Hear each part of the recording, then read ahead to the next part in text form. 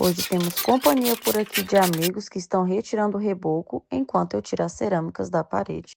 Ai, Érica, mas e o seu marido? Eu não vejo ele fazendo nada. O que que ele tem feito? Ele varre, gente. Tô brincando.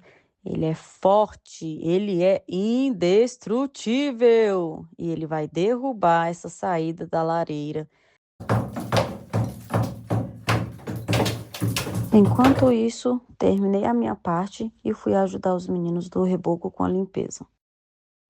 Gente, agora me diz aqui uma coisa. Pra que uma saída de lareira desse tamanho? O bichinho ficou tão cansado.